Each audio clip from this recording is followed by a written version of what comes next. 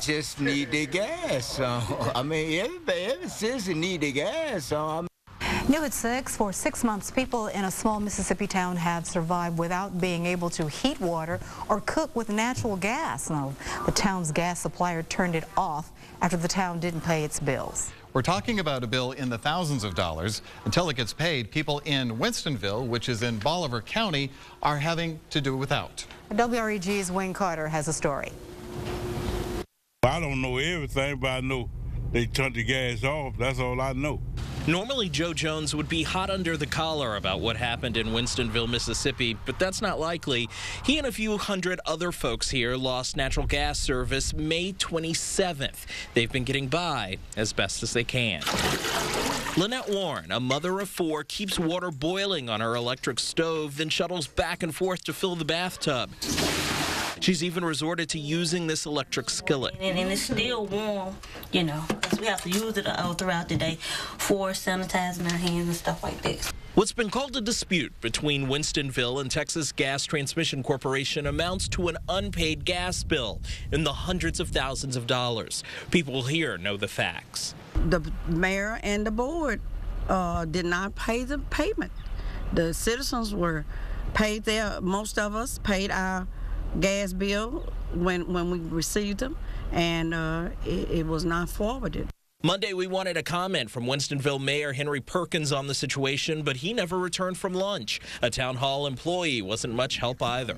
Is the mayor going to be back today, or? He should be back shortly. No, he was the Bayfield, the rural development. Can you tell me what your position is here? I want to be on TV.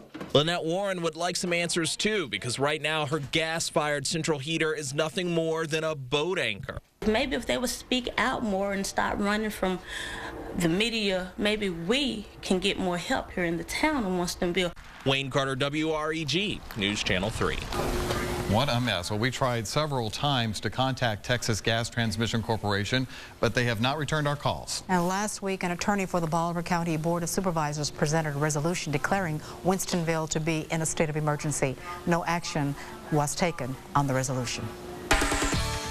Well, here we are in the middle of November, and very warm conditions across the region, very windy conditions, and you would know it, yes, sooner or later we're going to pick up some showers and thunderstorms. Let's go straight to First Defense Doppler 3D weather radar. At the moment, things are pretty quiet in our viewing area, but that's not going to last for much longer. We're looking at this live shot here, a lot quiet at the moment here, but across north central, northeastern areas of Arkansas, a nice line of showers and thunderstorms in advance of a cold front that is pushing into the mid-south. The more potent storms, the stronger storms, are to the north of us tonight, and that's where the Storm Prediction Center has put out this tornado watch box. This goes until 10 o'clock tonight for a large part of Kentucky up into Missouri and those areas, and that's where the focal point for the major shower and thunderstorm development is going to come for later on tonight. Let's look at temperatures real quick. 70s here locally, low to mid-70s. We've had some very strong and gusty winds. There's a 37-mile-per-hour wind gust here at News Channel 3. As we check other temperatures across the region, this cold front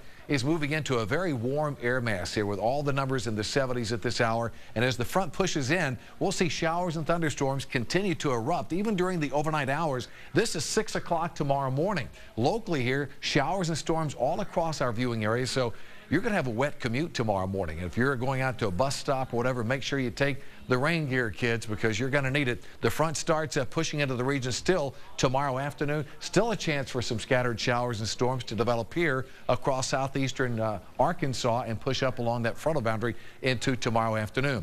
What about the risk for severe weather? Well, for tonight, it's mainly north of us, but then tomorrow, from about Memphis back into the lower parts of Arkansas and northern Mississippi. That's where the greatest risk for severe storms will come, and it is a slight risk for tomorrow morning mainly. 10 o'clock, we're seeing showers and thunderstorms pushing into the area, and then temperatures in the 60s by midnight. We hit early tomorrow morning at 6 a.m., looking at a lot of 50s to low 60s across the region. Plenty of rainfall across the mid-south. Some areas will receive anywhere from half to even an inch worth of rainfall. Some areas maybe even more than that. 60s at 12 noon, and then by 4 o'clock, still a few lingering showers and temperatures mostly in the 60s. I think the rain's going to keep the temperatures held in check somewhat tomorrow, and then after that front gets through here, yeah, man, you're going to need the coat. Showers and thunderstorms move in tonight. 63 the low. Tomorrow, scattered showers and storms along that frontal boundary, 68 for the high and gusty southerly winds. So your 7-day forecast starts off with those showers and storms tomorrow, about a 70% chance. On Wednesday, cloudy start, maybe some afternoon sunshine. Temperatures a little bit cooler here at 58 degrees. Then we hit Thursday. Sunshine, but much cooler. Nice day here at 56, but look where those overnight lows are going. Back into the 30s here. It's going to feature some pretty cold overnight lows here for Thursday, Friday, and into Saturday. But before you know it, we're back into the 60s for highs, and we'll see overnight lows. Take your pick there, 30s, 40s, and 50s. So Richard and Claudia, you know this is the type of season where we see the seesawing temperatures, and this is going to be the same case this week where temps now in the 70s. We'll see 30s before you know it. Is it going to be more in the saw or the sea? That's a good question. Okay. The saw or the sea? Yes. Yeah. Stay tuned and find out, I guess. With the NBA now on the brink of having no season at all, the commissioner is blasting the Players Union, and the Tigers move up in the national rankings on the eve of their season openers. Stay with us.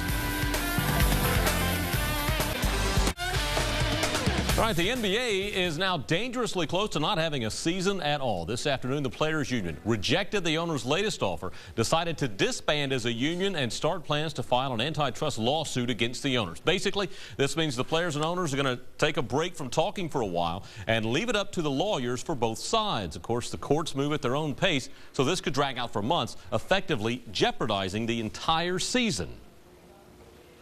You know, if they were going to do it, they should have done it a long time ago. Then maybe we would have had a chance to save the season. But they seem hell-bent on self-destruction, and I think it's very sad.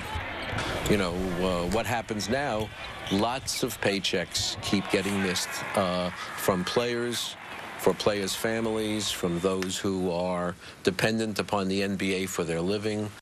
All right, much more on this story tonight at 10. The Tigers moved up a spot to 10th in this week's Associated Press Top 25 as they get ready to open their season tomorrow morning with a nationally televised home game against Belmont at 11 o'clock there. And Belmont has the Tigers' attention after taking 6th-ranked Duke down to the buzzer in a 1-point loss at Duke on Friday night. AP voters certainly took notice, giving Belmont more love in the also receiving votes column of the Top 25, moving them up from 36th to what would be 32nd in the nation if the rankings extended that far.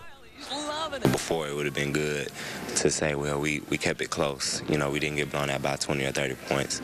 But this year, and with this team and with the core group we got coming back, we're looking to win every game. And we really don't try to take any more victories. Belmont's very, very good basketball team. I've been saying it since the schedule came out.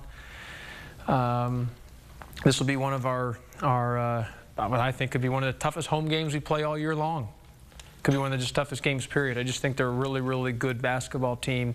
We'll know a lot about our team after tomorrow's game. I think no team is inferior. Every team has talent. You know, college is college. Anybody can get beat on any given night. All right, Tar Black says he will go tomorrow despite that sore knee. As you can see, Belmont just arrived in Memphis about an hour ago. We're going to hear more from the Bruins about their plans to try and upset the Tigers coming up for you tonight on News Channel 3 at 10. And the St. Louis Cardinals introducing their new manager today as they go from a Hall of Famer in Tony La Russa to a rookie manager in Mike Matheny, the 41-year-old ex-catcher who played for the Cards from 2000 through 2004 and has been involved with the organization in a number of ways since then. I loved to play the game of baseball, and I believe all the experiences that I've learned up to this point from the field and off the field have led me to this point right now. And as I sit here as the manager of the St. Louis Cardinals, this is the greatest honor of my life. All right, not every day you get to take over a World Series champion. Wow. Good for him. That's a nice job. Just sitting back watching the sports with everybody else. Well, I guess a lot of people are going to be watching college basketball these days, so. Yeah, with the NBA out of commission, that appears to be the watch by default, huh? We'll see you at 10.